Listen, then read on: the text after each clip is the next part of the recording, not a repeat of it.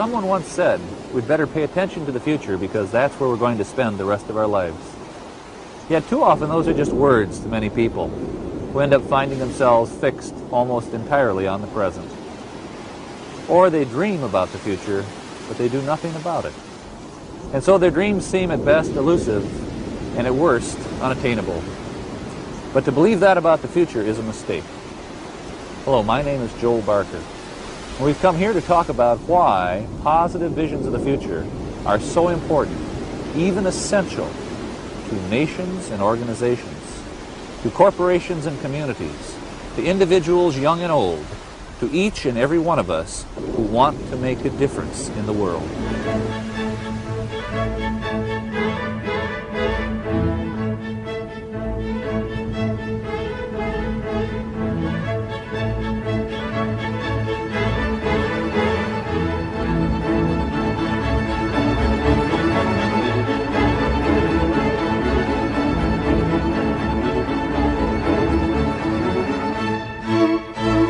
I began my study of the future in 1973, just as the Vietnam War was ending. OPEC had taken control of energy pricing. Watergate was beginning, and inflation was soaring beyond control around the world. For many people, from corporate leaders to the person on Main Street, the problems of the present seemed so overwhelming that it seemed pointless to think about the future. And yet, in the midst of all that turbulence and pessimism, I came upon the works of three scholars who showed me that having exactly the opposite attitude, a positive one, was much wiser. Each of these scholars, in his own way, convinced me that it is essential that we think about, dream about, and ultimately envision our own futures, especially in the really tough times. In fact, I believe that having a positive vision of the future is perhaps the most forceful motivator for change that you and I possess. We are now going to take a journey to see how these ideas fit together, and to see how we can use these ideas to make our own organizations, our own families, our own lives richer and more fulfilling.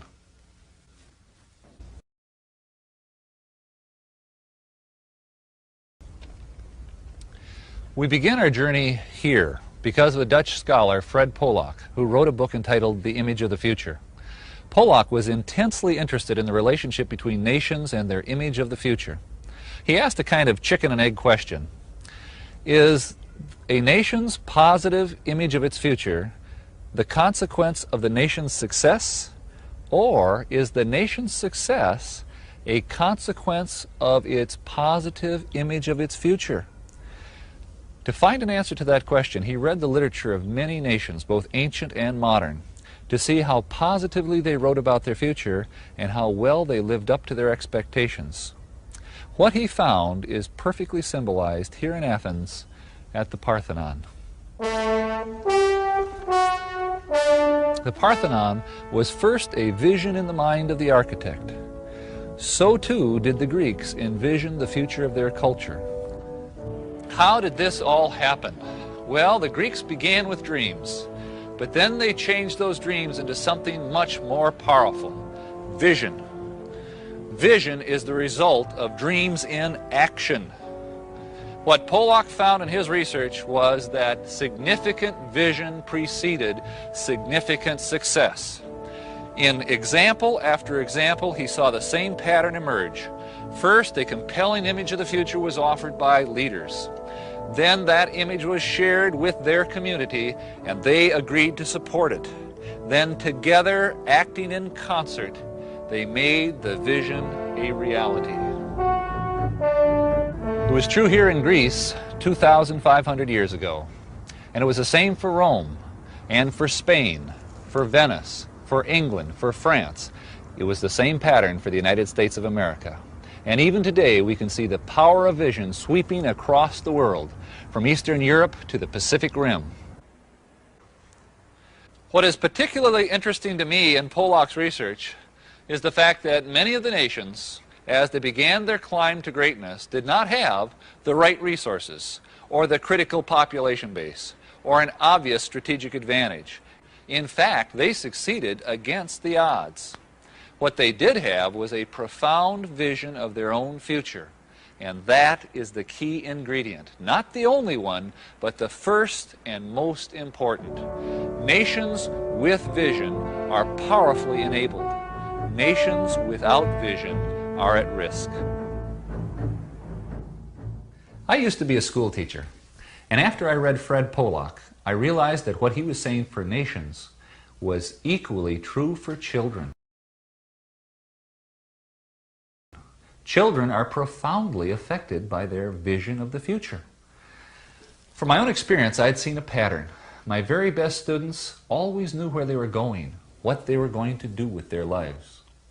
When I read Benjamin Singer's scholarly work, The Future-Focused Role Image, I found that my observations were strongly reinforced by a lot of research.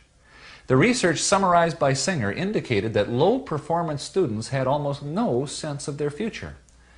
Their focus was strictly short-term, and they believed the ability to shape their future was in the hands of fate. They were personally powerless. The research also indicated that successful students had a much greater personal sense of control over their future, and they thought in time horizons of 5 to 10 years out. One thing in particular intrigued me about the research. In identifying the successful students, IQ and family background were not the key indicators of success. Some of the most successful students came from very difficult family and social situations and did not score well on the standard IQ tests. Some of the most unsuccessful students had genius IQs and came from the best of families. So, what was the key differentiator? Vision. What all the successful students shared was a profound and positive vision of their future.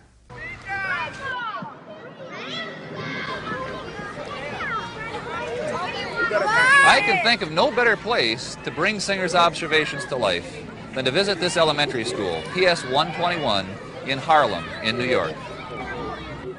Here in 1981, Eugene Lang came to give the commencement speech.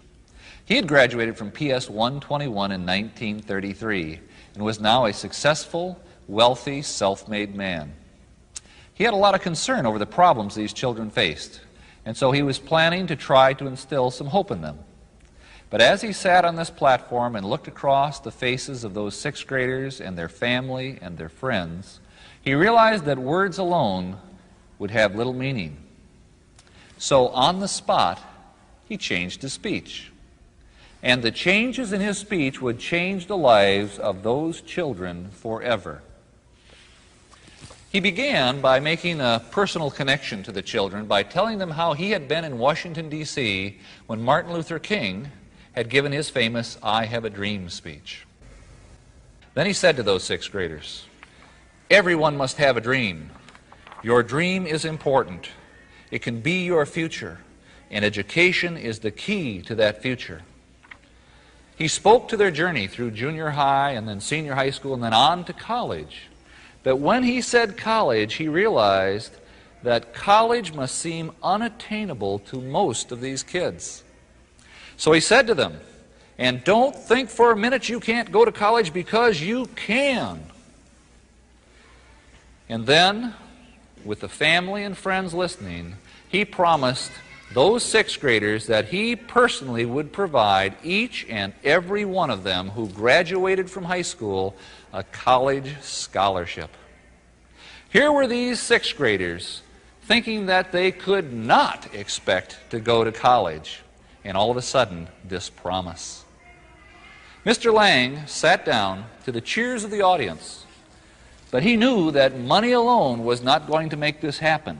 He would have to provide a pathway to the promise.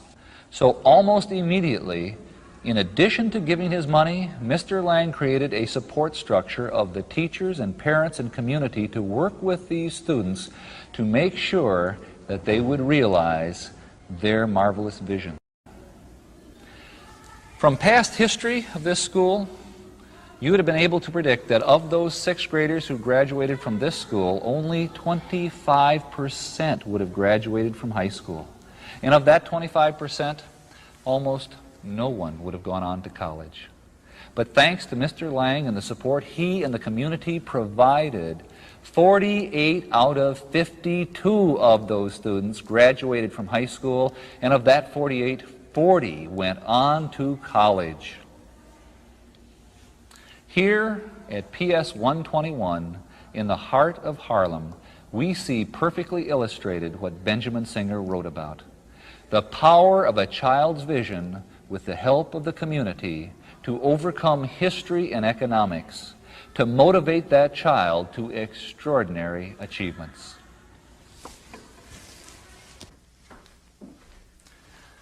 So, when we ask our children, what are you going to be when you grow up? We are helping them to think about something that is very important. Never treat their answers as trivial, even if they change their mind every week. We listen to show our children that their dreams of the future are significant, and our interest in their dreams builds their confidence and ability to shape their own future. For nations, for children, we see the same pattern, the same power, the power of vision.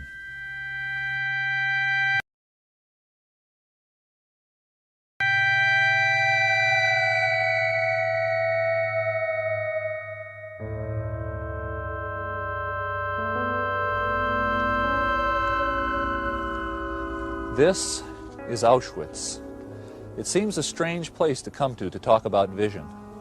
During World War II, millions of people, mostly Jews, but Poles and Russians and Gypsies too, were put to death in camps like this.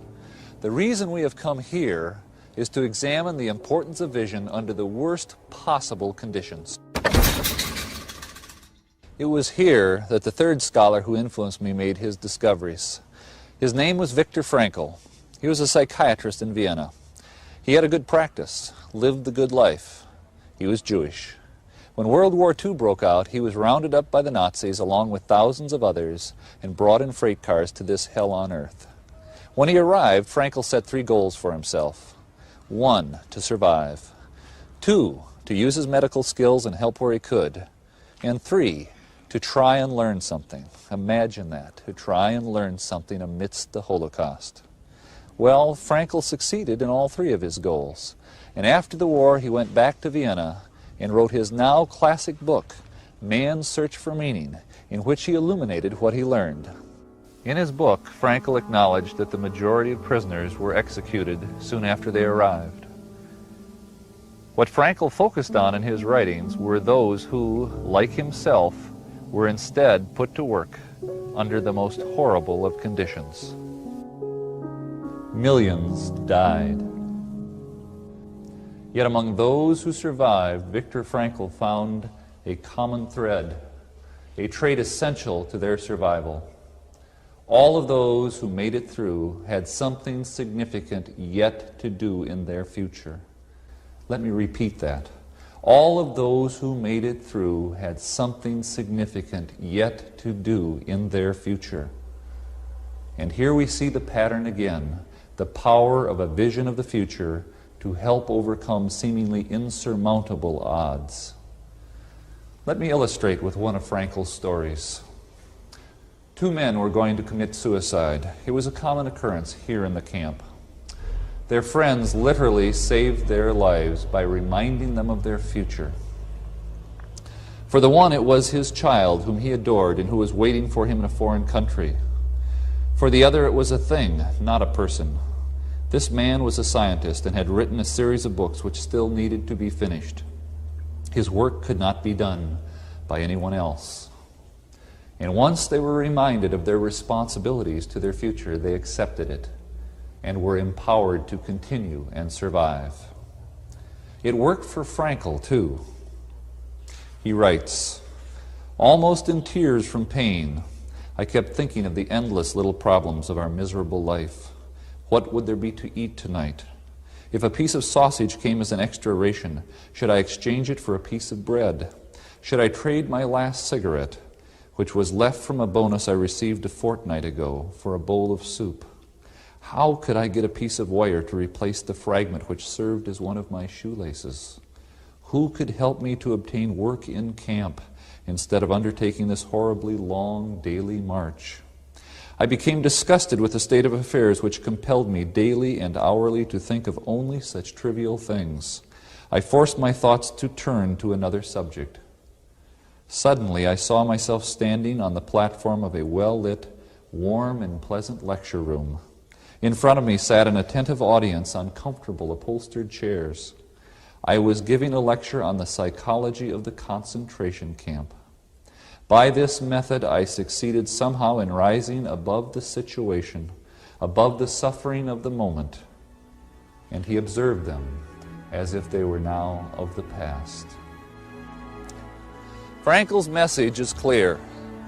It is essential for you, for me, to have something significant yet to do, to have a positive vision of our future, because that is what gives meaning to life. Frankl wrote, "It is a peculiarity of man that he can only live by looking to the future." And this is his salvation in even the most difficult moments of his existence.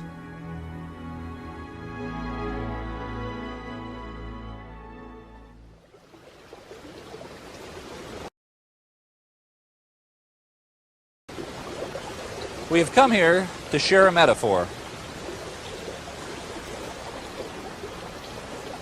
You see, in our lives, we all have rivers to cross.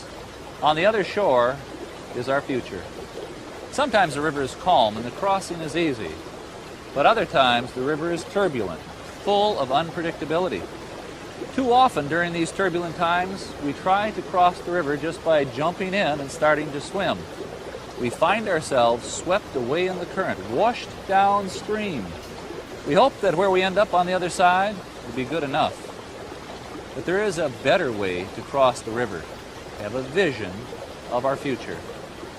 Then, when we see our vision beckoning to us with its positive power, it will reach like a rope back across the river to give us something to hang on to as we step into the water.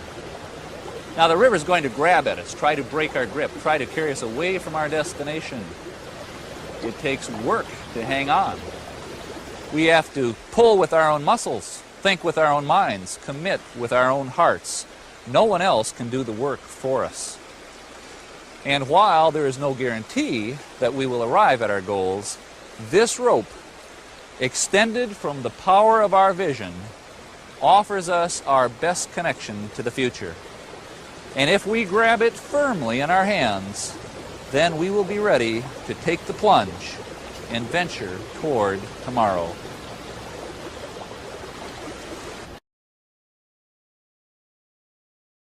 We have looked at nations that have risen from nothing to world shapers. We've examined the research on the key ingredients that make children successful. We have visited a place where people were put through the most difficult conditions that human beings could be put through and survived. And all of these have a common thread: the power of a positive vision of the future. Now, I bet I know what you're all thinking. Where is the corporate discussion? If it works for nations, and it works for kids, and it works for adults, does it work for organizations? Of course. In fact, this discussion is fundamental to human nature at all scales. Organizations are one of the best places to see this illustrated because they have the proper size and complexity to really use vision's power. Think about organizations, beginning and mature, profit and non-profit, who are doing amazingly well, and I'll bet they're being driven by a vision. Let me give you some examples. Boeing, for instance, with its vision of a world-spanning huge plane that became the 747.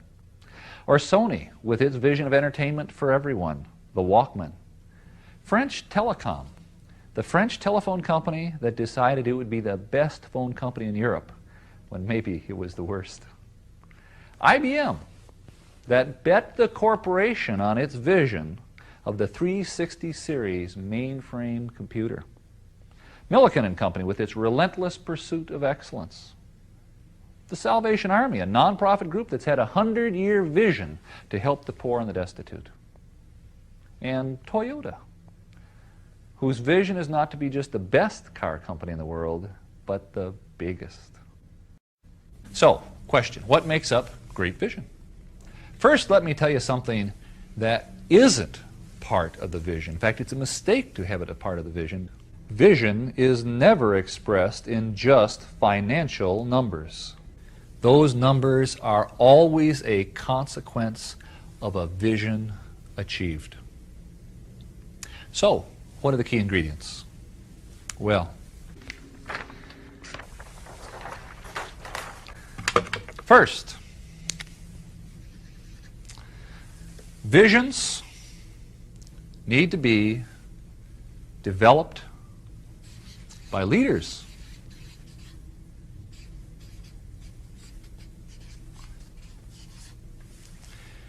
Visions are not created by the masses. Now, good leaders talk to their people and listen to their people. By the way, they listen and explore the world as well. But it is the role of leadership, not of followers, to take all that input and focus it and bring it into a coherent, powerful vision. Second,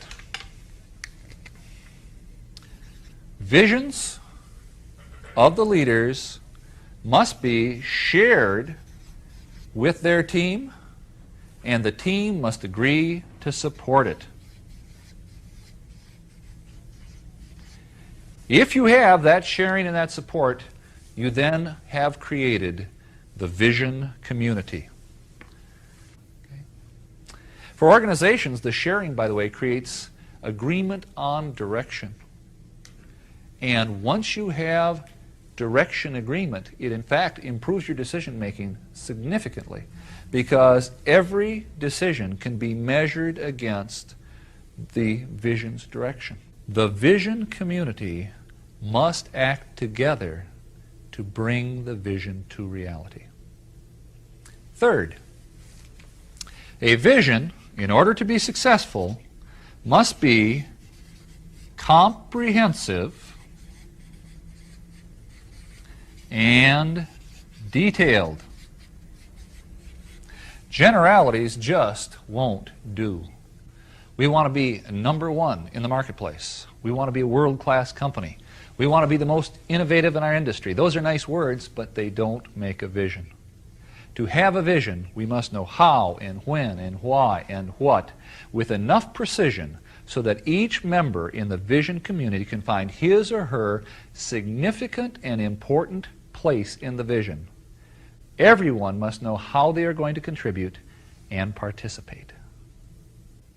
Fourth, vision must be positive and inspiring. A vision should have reach. It should challenge each and every one of us to grow substantially, to stretch their skills, to reach beyond their ordinary reach. A vision must be worth the effort. When you create your vision, it is better to err on the side of too great a vision than not great enough.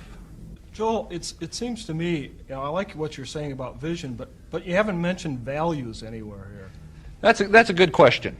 Someone once said to me, in turbulent times like what we're living in now, the only thing that'll get you through is your values. I suggested there was another way to think about that. Values are the way you measure the rightness of your direction. You see, without values, you might in fact create a vision that's immoral or unethical. Values protect you from making that mistake. But values, even though they are essential to vision, cannot give you direction. Only vision can do that.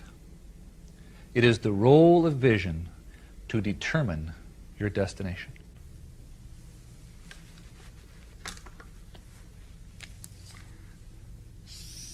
Leader initiated, shared and supported, comprehensive and detailed, positive and inspiring. When you get all of those put together, you've got your vision community. And once you have the vision community, now you are empowered.